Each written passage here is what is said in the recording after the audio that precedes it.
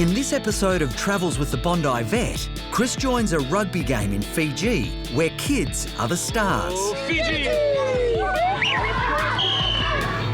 Tests himself against the fittest men and women in the land of the body beautiful. This is the part where you have to run. You gotta finish strong, man.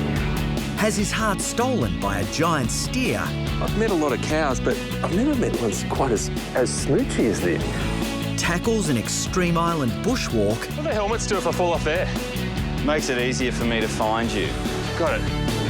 And meets some cute Australian natives. You chew on my nose? No, not yet.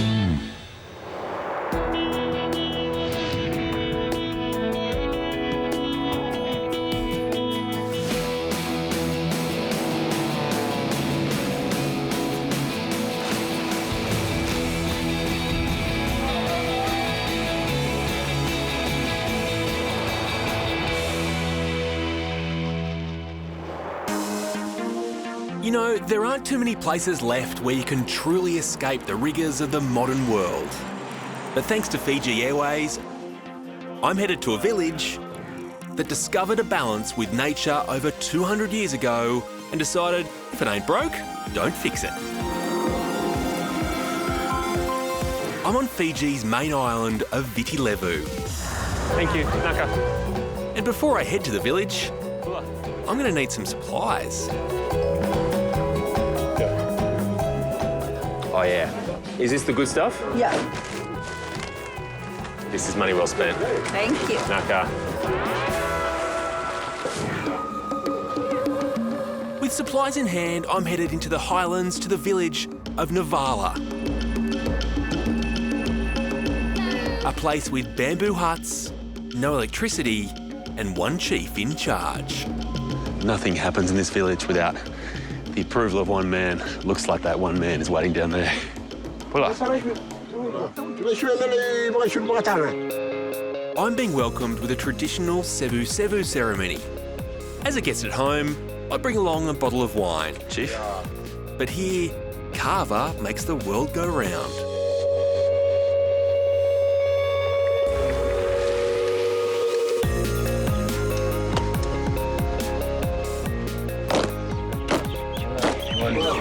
My mouth is numb. It's kind of like a cucumber juice with a dash of dirt, but flavoursome. Now that I've been welcomed, I can get a closer look at this unique village.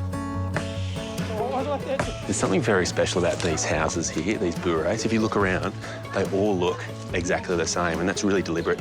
It means that everyone's on exactly the same level. It's really important for their society here. It also means, because the roofs have to be replaced every 6 months, everyone always has a job repairing roofs. And even visitors can lend a hand.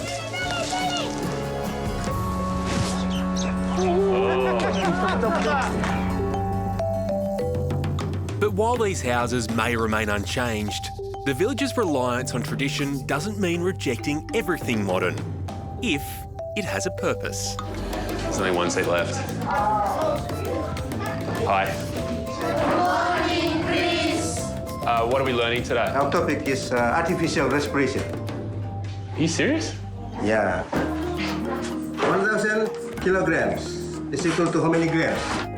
These kids are only in 6th class, but they're learning about artificial respiration, which seems quite advanced, but you realise just how far away a hospital is. Learning how to breathe for someone is actually a life-saving tool. And these kids both work hard and play hard. Wherever you go in Fiji, you'll find a rugby field filled with locals playing a game in true Fijian style. Oh, Fiji! You want to go easy because they're kids, but they're tough. They're fast and they hit hard.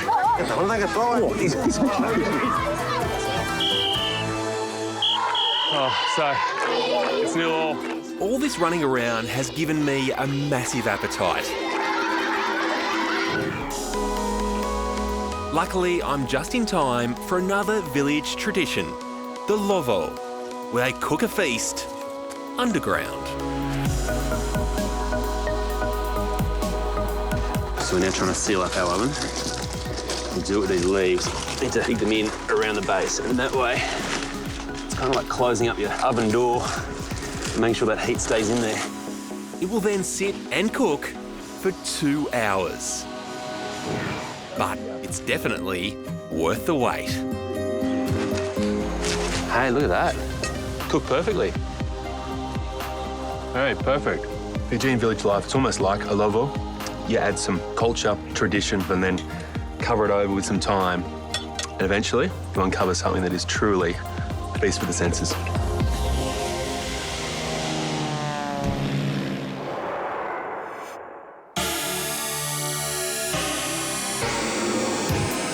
I'm in Los Angeles, the city where for many, body image is everything.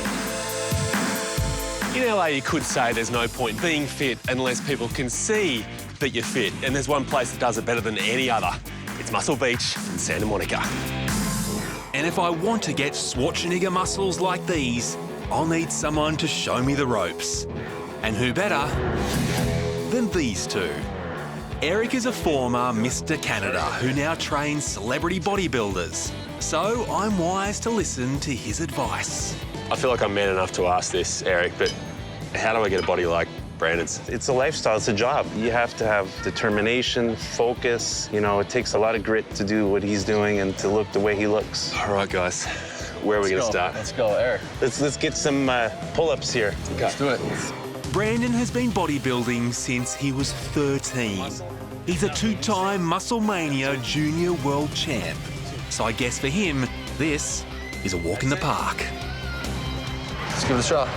Now, I've done a few chin-ups in my time, but never quite with the ease and speed of Brandon's. So you want to stimulate the muscle, don't annihilate it. Easy for you to say. Maybe I can salvage some pride here. To the top. Perfect. That was great. Take that, Mr. World Champ. Let's go, Brandon. Shirts off? Let's go, shirts off. Oh, I don't think that's necessary. Oh, yeah. Let's do it. Oh, 2 ropes. Workout right there. Yeah. That's it. Do a little pull-ups at the same time. Look at that. Pump there. It's kind of... Nice. Well, that's Not pretty bad. good. Probably should do the 2 ropes with the pull-up and the shirt off, but The stuff I'm about to do is like, it's even more intense than this. So. But you're pumping. Come on, the legs. Where are you going? With the shirt on. I might have met my match at Muscle Beach, but there are plenty of other ways to tone up in LA. I'm here to try something a little less painful and a lot more graceful with hula hoop hipster Madison. Madison, hey, how are you? Good, how are you? I'm good. I need to become the ultimate LA fit person. And I believe this is like the hot new way to do it, right? Absolutely. Yeah.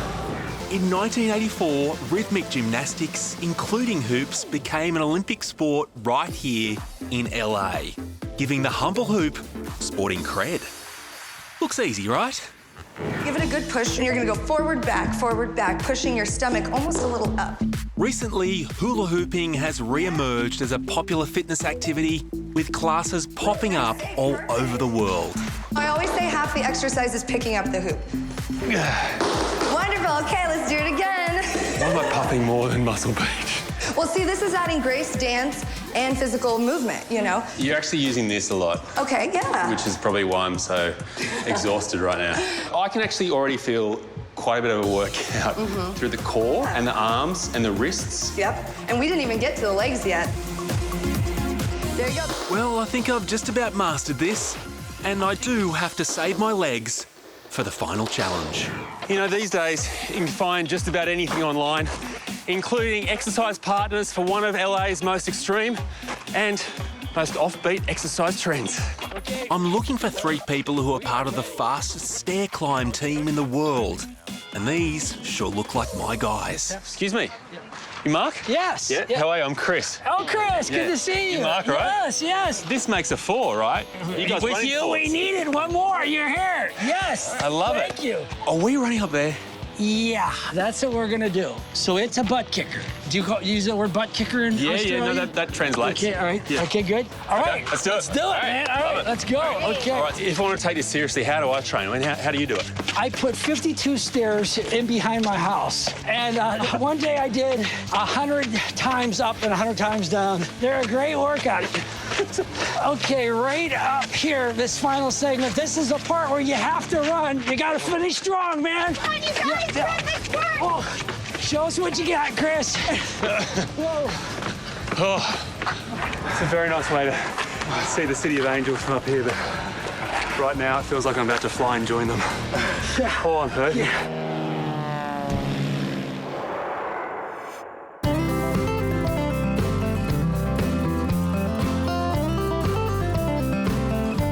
There's no doubt that Australia is big on big things. We've got the big banana, we've got the big pineapple, we have the big prawn. But I'm on my way to see something else that's big. It's most certainly not made of fiberglass. I've taken a slight detour in my travels to pop into Glencoe, about 30 kilometres from Mount Gambier in South Australia. I'm here to visit a steer called Big Moo, who might just be the biggest cow in the world.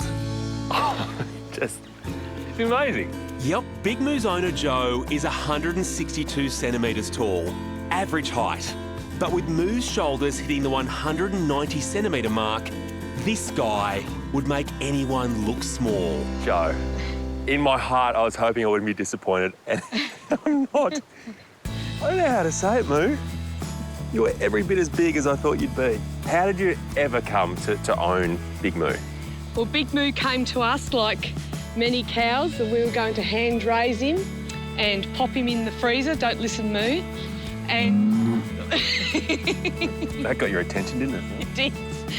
And he was just such a lovely cow. He's the nicest cow I've ever come across. And we couldn't do it. I don't know what you're talking about. At all. No. He's not friendly. Moo, behave. His nature Yes. won you over in the end. Absolutely. I've met a lot of cows, but I've never met one quite as smoochy as this. Oh, yes. He loves a smooch. And if he's laying down, you can lay down with him and climb on him, and he purrs like a cat, I'm sure. Yeah. I grew up around cows, but they come up to here. Yes. He used to be that high when he was about 3 months old. Yeah. So how old is he now? 7 years old. Has he just kept on growing? We think so. I mean, that's interesting medically. I mean, to put my vet hat on, you do get giants in the animal world, but what happens is the little pituitary gland inside the brain just continually produces growth hormone. So they just keep on growing. The classic sign of gigantism. Big feet, Yep. big foreheads, Yep.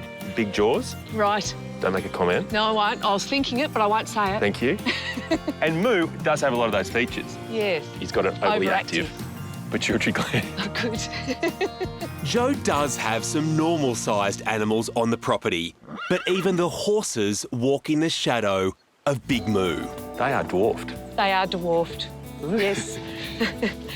They cannot get as big as Moo. How do they get on? They get on fantastically, but the horses are always the boss. Yeah. You'd think his size would intimidate them a bit, but no. I never felt so small in my life, but my heart has never been as swollen. You've just made my year. Well, that's lovely. So thank you very much. Thank you for coming. It's been great to meet you, and equally as fantastic to meet Big Moo. Yes. Bye, Moo. Just one more.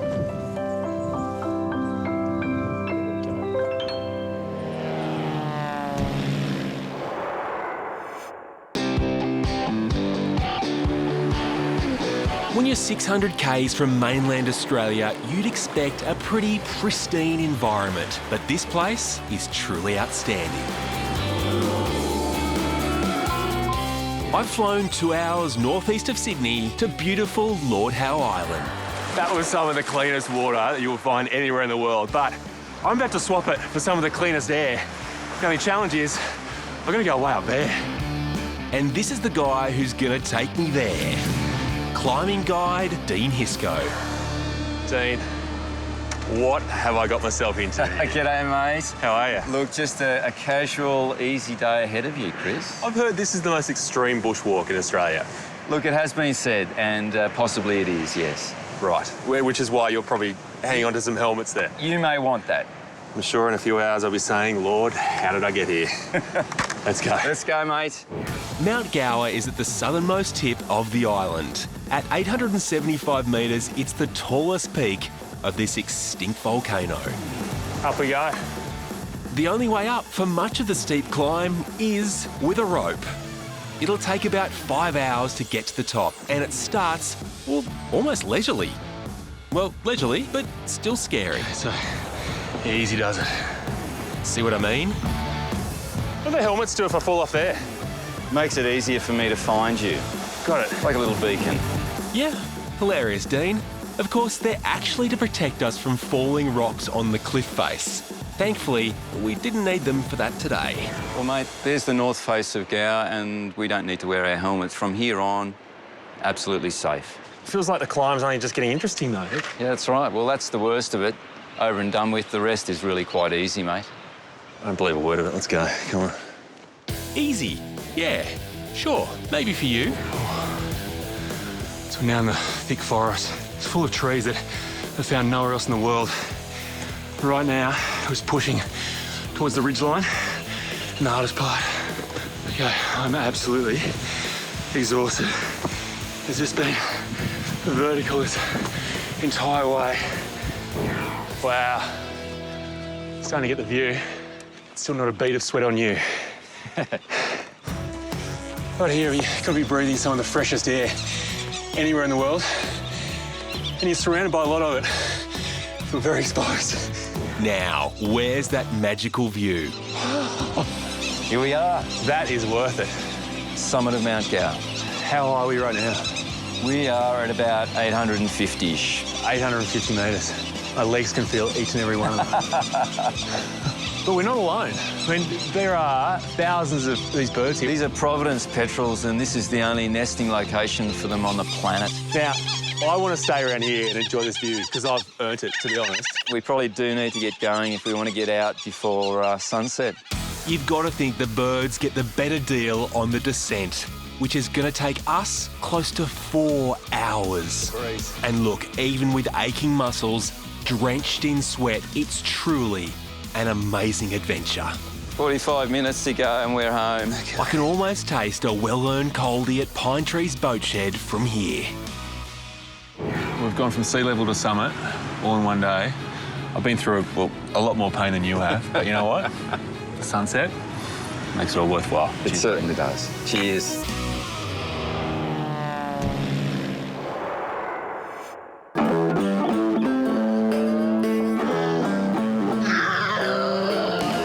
Building an ark to save animals from extinction, it sounds like the stuff of legend, right? Well, with a disaster of biblical proportions looming on the horizon, some Aussies have done just that. I've ventured 250 kilometres north of Sydney to Barrington Tops National Park, the home of Devil Ark. It's the largest Tasmanian devil breeding sanctuary on the mainland. It's also one of the few places you can get up close and personal with the devil himself. Would have expected a slightly warmer welcome. Hello!